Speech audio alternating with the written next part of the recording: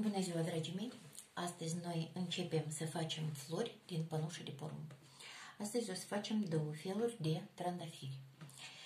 Pentru aceasta o să avem nevoie de ață.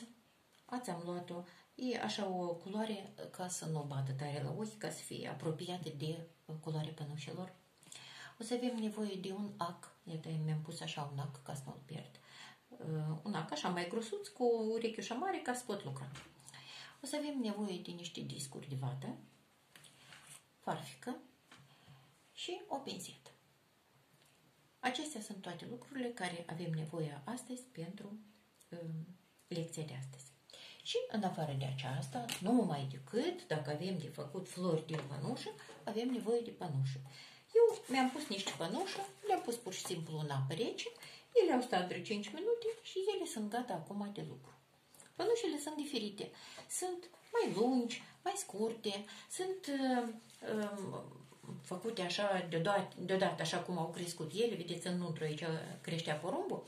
Și uitați-vă, ultimele frunze care au fost în afară, ele sunt cele mai groase, cele mai dure, dar frunzele acestea au fost în afară. Vedeți, iată aici au fost deasupra.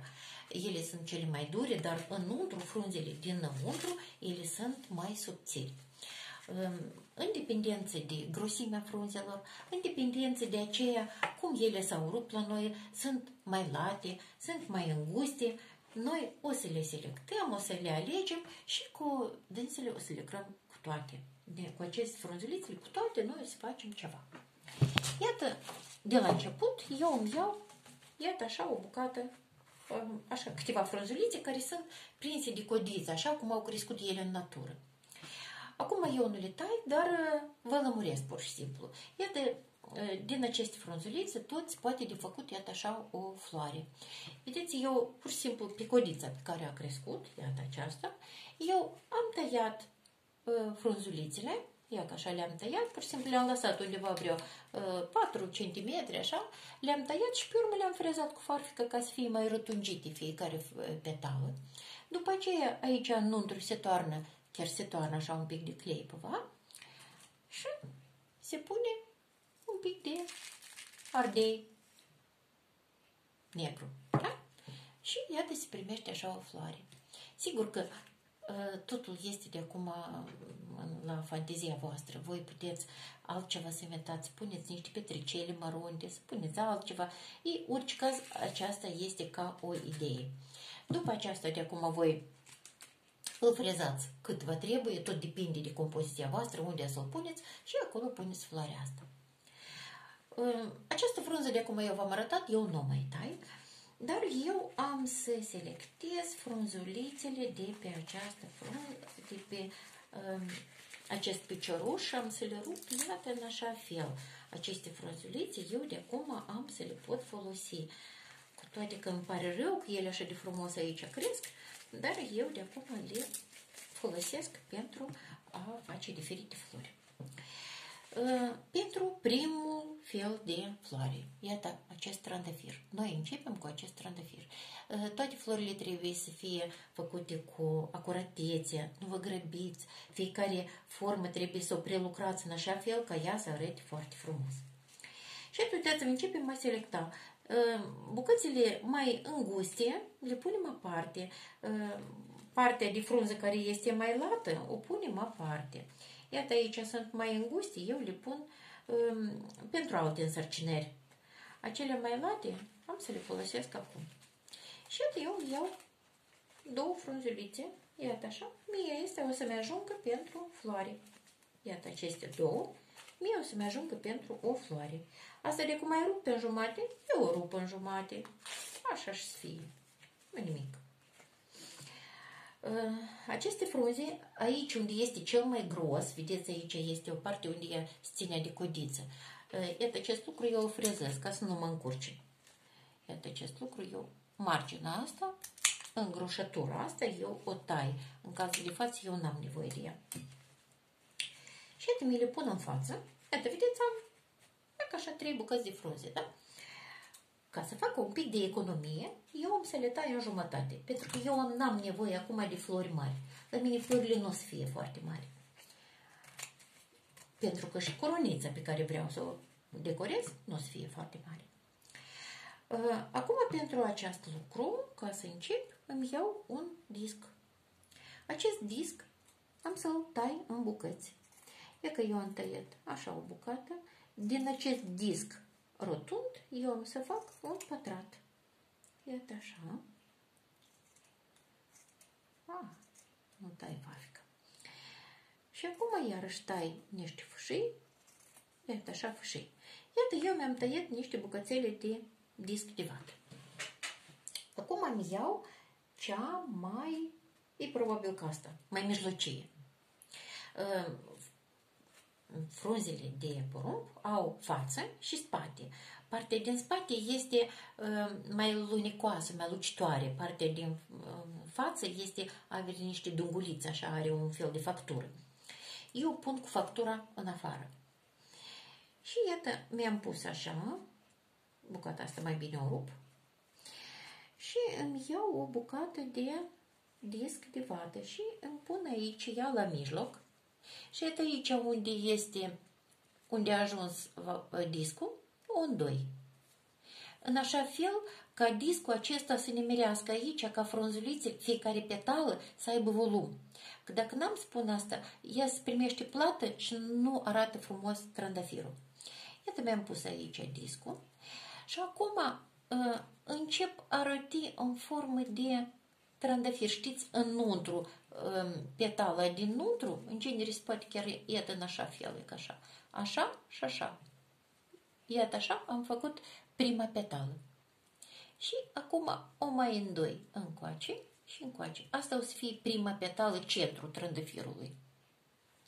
Acum îmi iau următoarea. Pun aici iarăși o bucată din discul acesta. Așa. Acum, uitați-vă, partea care este mai lată, mai groasă, o pun în afară, partea care e mai subțire, mai îngustă, o pun înăuntru, în centru, înspre centru florii. Și fac din ea, iată în așa fel, în formă de garmoșcă. Iată așa. Am strâns-o. Și acum, dacă este eu le-am îndoiat în partea asta, din față îi pun această petală. Iată, în așa fel. Acum iau următoarea. Ia că următoarea am să o iau pe asta. Așa. Aici, cam lat o să fie, eu îl frezez puțin, pentru că o să fie lat și o să iasă în afară. E că eu am frezat și am pus înăuntru, am îndoiet, așa. Iarăși, partea îngustă în centru, partea mai lată în afară. Am făcut din ea, iată așa o petală, parcă de trandafir, și o pun de acum în așa fel ca ea un pic să acopere și pe urmă să se învârtească împrejur. Fiți foarte atenți ca trandafirul să fie la același nivel, să nu vă iasă centrul în sus. Iau următoarea, mai iau o bucată, tot o frezez pentru că asta tot e îngustă la mine.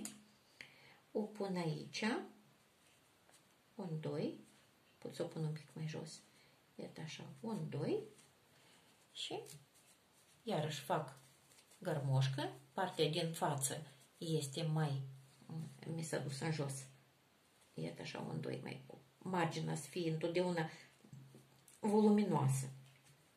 Dacă n-am spun discul acesta de vată, el o să arăte foarte plat și nu o să arăte frumos trandafirul. Iată, uitați-vă, acum eu îl învârtesc în mână și unde s-a terminat petala asta o pun un pic pe deasupra și continuu mai departe. Așa, iar și îl învârtesc. Iau asta mai lată de acum, aici pun discul și mai iau încă un pic de loc. Ia că eu pun și bucățile astea care le am aici, că ele numai bine o să vină aici. Dar nu, chiar e puțin, chiar mai adaug. Știți că am să pun, e ca așa două bucăți. Ia ca așa. Dar, principalul să vă uitați ca să nu vă iasă aici, ea să nu se vadă nicăieri, vata asta să nu se prevadă. O ascundeți la margine să nu iasă. Prea am pus-o la margine. O trag un pic. Marginea să nu fie cu vată. Pentru că o să arăte urât. Astea sunt niște lucruri care numai noi le știm. Nimeni să nu le știe. ce facem noi aici. Iată, așa am făcut iarăși cărmușcă. Și uitați-vă, petala asta s-a terminat. Noi am pus un pic pe deasupra și mergem mai departe. Iată, în așa fel. Așa. Și mai am încă o frunzuliță. Aici am pus această bucată și mai am aici tot tăiată și o adaug și o îndoi. Așa. Și asta e ultima de acum care am să o pun. Iarăși, asta s-a terminat. I-am pus un pic pe deasupra și am adăugat în partea asta. Iată trandafirul nostru. Acum eu îl țin foarte strâns. Mă străduie ca el să fie cam la același nivel. Iată aici un pic am dat în jos. Îl reglez așa, forma o pun așa ca să fie frumos. Și acum îmi iau ața. Și uitați-vă, eu cu mâna asta țin strâns ca să nu dau drumul la petale și cu degetele astea două apuc capătul de ață. Și cu măsorelul am să strâng foarte, foarte strâns. De aceea ața trebuie să fie puternică ca ea să nu se rupă când voi să începeți a strânge. Iată, eu am strâns de vreo 4-5 ori și gata, el de acum, uitați-vă, el este foarte strâns. Și acum eu îl pun pe masă, el de acum nu se desface, iată așa eu îl las și îmi leg, am căzut ața, îmi leg două noduri. Așa și încă o dată. Depinde ce vreți să faceți cu trandafirul acesta. În cazul de față, când noi vrem să decorăm coronița, noi nu avem nevoie de codița asta lungă. De aceea eu am să o frezez, aici trebuie foarte strâns legat, am să o frezez scurt, iată în așa fel. Și când ea de acum o să usuce, partea asta o să fie un locșor unde noi putem să prindem de acum cu clei. Iată, acesta este trandafirul. Acum vă arăt o altă variantă de trandafir. Voi puteți face mai mici, mai mari, nu, iată așa. Cum o să vă placă ca în final să primească o compoziție frumoasă, dar trebuie multe flori. Și iată, vreau să vă mai arăt încă un fel de floare. Pentru această floare avem nevoie de pănușă lungă.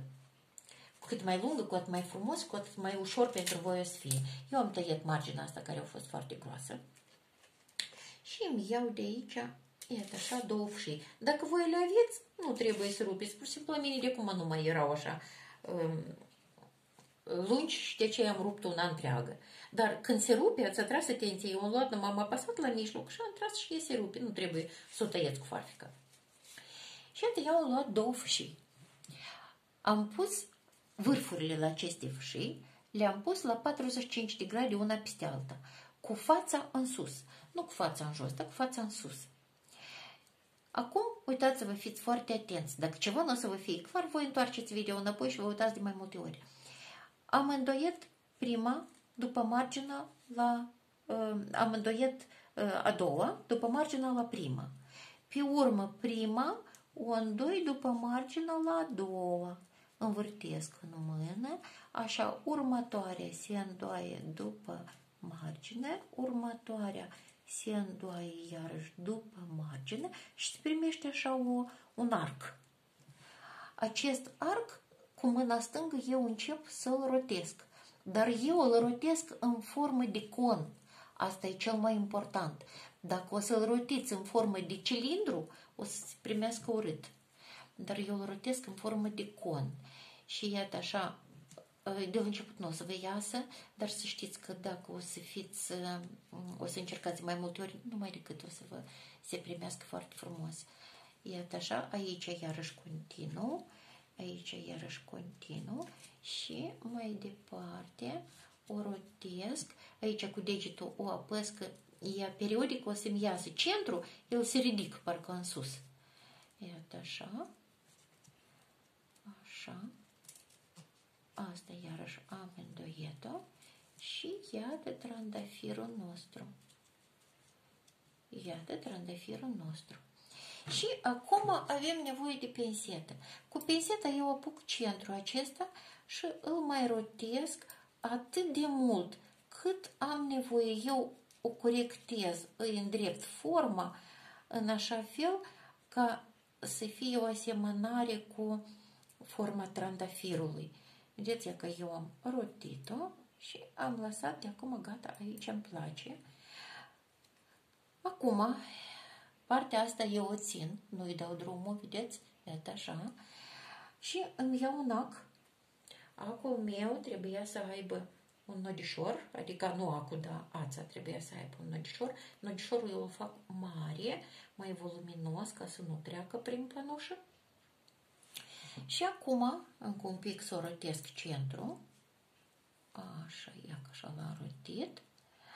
Acum iau cu acul acesta, eu trebuie să-l străpung dintr-o parte până în alta. Dar străpungerea asta să nu fie tocmai jos, dar să fie undeva la 1 centimetru de la înălțimea trandafirului. Până jos nu ajungeți cu ața. Trebuie să-l coaseți la nivelul acesta. Acum ales undeva vreo 5 mm și trec în direcția opusă. Așa. Acum iarăși în direcția opusă. Așa eu îl străpung de vreo 5-6 ori. Ca eu, cel mai important, eu trebuie să prind centru. E că vedeți, eu cu degetul așa la păs. Centru, că dacă eu n-am să prind centru, dacă eu pur și simplu am să-l leg jos, cum am făcut prima dată, la prima floare, atunci centrul acesta care e mijlocul la floare, el o să iasă în sus. Și nu o să arăt frumos, să pierdeți forma frumoasă a trandafirului.